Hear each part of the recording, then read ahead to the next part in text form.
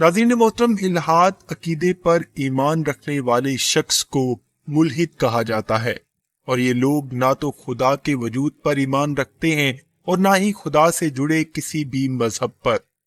दुनिया में मौजूद ज्यादातर मजहब किसी न किसी शक्ल में खुदा की जात पर यकीन रखते हैं और उसी को पूरी कायनात का खालिक करार देते हैं,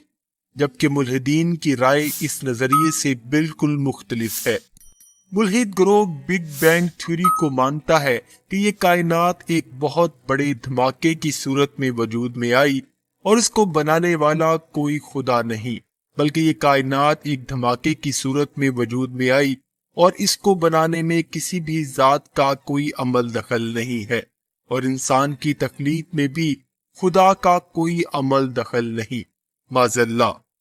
मुल्हिदीन ये मानते हैं कि इंसान का वजूद दुनिया में लाखों करोड़ों साल से चली आ रही एवोल्यूशन यानी इर्तिका के जरिए वजूद में आया है, और मुल्हिदीन साइंस को सबसे बड़ी हकीकत मानते हैं और अपनी साइंसी लॉजिक को मज़ाहब पर फौकियत देते हैं और मज़ाहब पर यकीन रखने वालों को बेवकूफ समझते हैं। इल्हाद कोई नया अकीदा या नई सोच नहीं है, यह अकीदा भी उतना ही कदीम है जितना कि कोई कदीम मजहब, क्योंकि हर दौर में अल्लाह के वजूद से इनकार करने वाले लोग रहे हैं और उन्हीं की इस्लाह के लिए अल्लाह ने 1,24,000 अंबिया कराम को दुनिया में भेजा। यानी इंसान शुरू दिन से ही खुदा के तसव्वुर से इनकारी रहा है और लाखों साल पहले भी मुल्हिद इंसानों का वजूद था और उनके अकीदे का भी। मुल्हिदीन उस दौर में भी मौजूद थे जब यूनान और मिस्र में हजारों देवताओं की परस्तिश की जाती थी। मुल्हिदीन उस दौर में भी देवताओं को फर्जी और तिलिस्माती किरदार करार देकर मुस्तरद कर देते थे और लोगों को अपनी अक्ल और जाहिरी चीज से रहनुमाई हासिल करने पर जोर देते थे और किसी भी अनदेखे खुदा पर यकीन रखने से मना करते थे। और मुल्हिदीन उस दौर में भी मौजूद थे जब अल्लाह के भेजे हुए अंबिया कराम लोगों को एक खुदा की इबादत करने की तरफ रागिब करते थे, और ये अंबिया कराम के हर दौर में लोगों को खुदा के वजूद से इनकार करने की तलकीन करते रहते थे। कदीम मेसोपोटामिया की तहजीब हो या फिर फिरौनों की मिस्री तहजीब, हिंदुस्तान हो, अरब हो या अफ्रीका का इलाका, दुनिया के हर मुआशरे और तहजीब में मुल्हिदीन का जिक्र जरूर मिलता है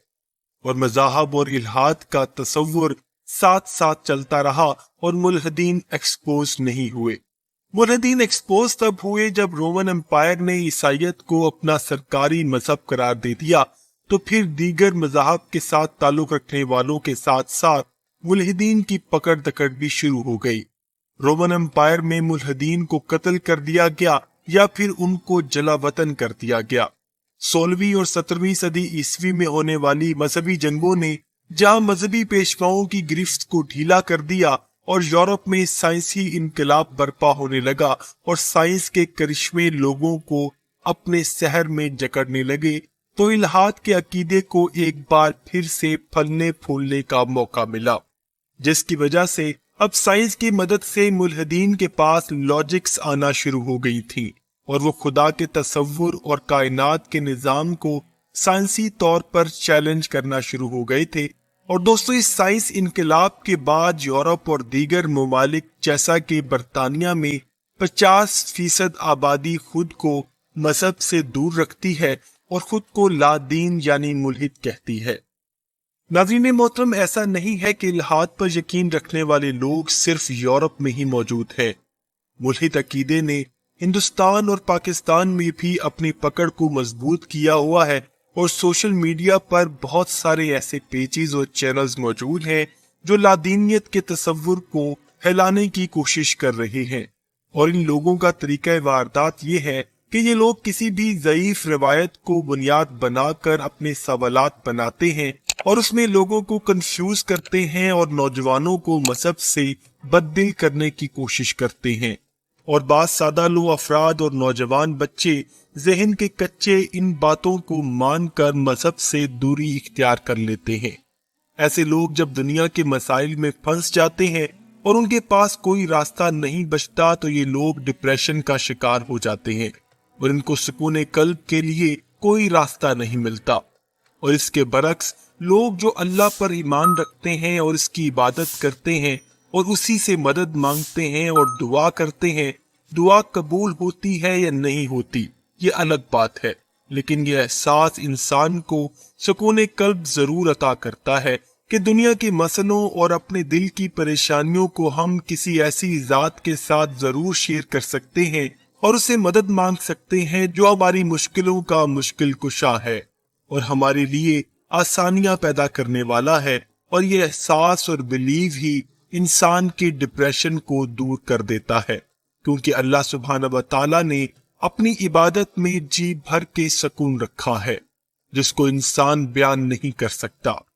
جبکہ ملحدین ایسے کسی بھی تصور سے حاصل کیے گئے سکون سے عاری ہوتے ہیں کیونکہ ان کو راہ ہدایت نصیب نہیں ہوتی۔ اور اگر یہ دنیا کسی خدا کے تصور کے بغیر، گناہ اور نیکی، سزا اور جزا کے اصول کے بغیر چلنا شروع ہو جائے تو کائنات کا نظام کیسے چلے گا؟ اگر کوئی انسان کوئی گناہ کرتا ہے اور وہ خدا کو ماننے والا ہے تو اللہ نے اس کو یہی سکھایا ہے کہ گناہ کرو گے تو تمہیں اس کی سزا ملے گی، اور اگر وہ گناہ کرتا ہے تو اس کو دنیا میں بھی اس کی سزا ملتی ہے اور آخرت میں بھی سزا کا وعدہ جو اللہ نے اس سے کیا ہے۔ یہ احساس ندامت اور ڈر ہی انسان کو روکتا ہے اور دنیا کا نظام چلتا ہے، کیونکہ مذہب ہی وہ اثاثہ ہے جو انسان کو صراط مستقیم مہیا کرتا ہے، اور خدا کا تصور اور اس پر یقین رکھنا، نیک عمل کرنا، گناہوں سے بچنا، مشکل وقت میں اللہ سے مدد مانگنا، یہ وہ ساری باتیں ہیں جو کسی بھی انسان کے لیے روحانی راحت اور سکون کا باعث بنتی ہے، لیکن ملحد اس احساس کو کبھی پا نہیں سکتا۔ دوستو، دیکھا گیا ہے کہ اکثر سائنسدان جو سائنس پر تحقیق کرتے ہیں اور سائنس میں ہر چیز کی لاجک پائی جاتی ہے کہ ہر چیز دنیا میں کسی نہ کسی لاجک کی بیس پر ہی موجود ہے، یہ دنیا کیسے وجود میں آئی، سائنس اس کے لیے بگ بینگ تھیوری دیتی ہے، انسان کیسے وجود میں آیا تو وہ جینیٹک ایولیوشن کی لاجک دیتے ہیں، اور اسی لیے دیکھا گیا ہے کہ سائنٹسٹ بھی زیادہ تر ان لاجکس کو سچ مان کر ملحد ہو جاتے ہیں۔ اور اگر سائنس کو یہ کہا جائے کہ اللہ تعالیٰ نے حضرت آدم علیہ السلام میں روح پھونکی اور اس کو مٹی سے بنایا اور پھر اماں حوا کے ساتھ زمین پر اتار دیا جس سے انسان کی نسل آگے چلی، تو سائنس اس تصور کو کبھی بھی تسلیم نہیں کرے گی، کیونکہ اس کے پیچھے روحانی لاجک تو ہے لیکن سائنسی لاجک موجود نہیں، اور یہی وہ بنیادی نقطہ ہے جس پر ملحدین کا عقیدہ آج کھڑا ہے۔ اللہ سبحانہ و تعالیٰ سے دعا ہے کہ وہ ملحدین کو صحیح راستہ دکھائے اور ان کو اللہ کی قدرت اور وحدانیت سے روشناس کروائے اور ہمیں ایمان کی موت نصیب فرمائے۔ آمین ثم آمین، وما علینا الا البلاغ المبین۔